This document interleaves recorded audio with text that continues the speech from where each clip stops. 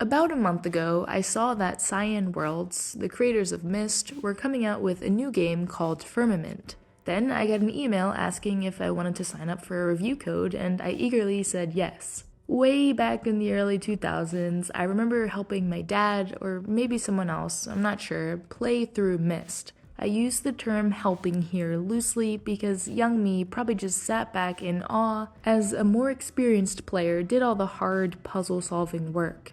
But based on my positive, albeit foggy perception of this studio's biggest hit, I thought Firmament would be right up my alley.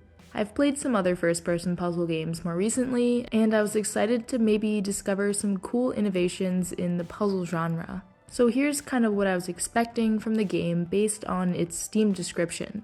I would be exploring 3 different steampunk worlds, solving cleverly crafted puzzles that make you go, ah, after you finally figure out the solution, and discovering the weird and wonderful story of these places. I think that's a pretty good summary of what the creators wanted you to know going into this experience. And based off the trailer footage that's been playing in the background, I was intrigued and ready to dive in when launch day finally rolled around. That intrigue quickly turned into frustration, and Firmament was not fun. All the puzzles, at least up to the point of the game that I reached, involved moving a series of platforms up and down, left and right, forwards and backwards, or, rotating them. They didn't feel like puzzles at all, really, just boring obstacles placed between me and my next destination.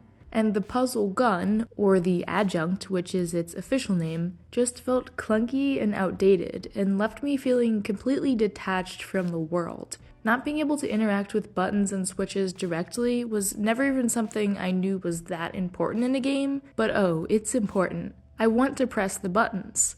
The story was just, trying to be mysterious for the sake of being mysterious. Again, I didn't play the whole thing, so maybe things pick up later, but I wasn't really interested in it from the start.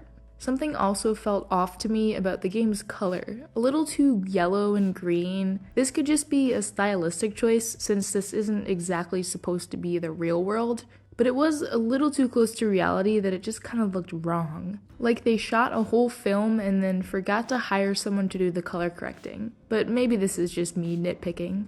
But after saying all that, I will not be giving Firmament a negative review. Now this brings me to the main point I wanted to get across in this video. How can I review a game that fundamentally wasn't made for me? I am not a hardcore Cyan Worlds fan, and I haven't come close to playing every first-person puzzle game to come out in the last 2 decades. Is it even fair for me to judge Firmament? Of course I can say that the few glitches I encountered were objectively bad, or that the world felt empty, like a set piece made just for me to get stuck in, but I'm not giving Firmament a negative review. I'm not giving it any review at all. I'll let the puzzle experts handle that. And they have in the game's Steam reviews. Seems like about 35% of players agree with me in some way. I would say that part of this whole thing is on me. As someone who looks into a lot of games, I didn't do much research about this one. I figured that if they'd end up choosing me to get a key, then I'd play the game. If not, whatever. If I were in your shoes though, looking for a review of this game or just stumbling upon the video, I wouldn't buy the game. This isn't me telling you not to buy the game, but literally if I had to pay for it, I wouldn't have gotten it. In a way, I feel guilty for not liking Firmament.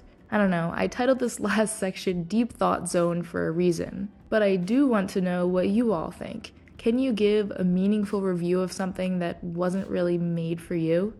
If you don't like coffee, can you give an accurate review of a latte from your local cafe? Maybe if you tried 2 different types of coffee, you could decide on one that was better, but it doesn't mean you like either. But I do like puzzle games. Just not this one. I don't want to discourage you from trying out Firmament if you've been looking forward to it. Just know that I haven't been. Instead, I'd recommend you go watch some other videos on it and hear from some different perspectives before spending your money. Whether you played the game or not though, here are some other titles that you might want to check out.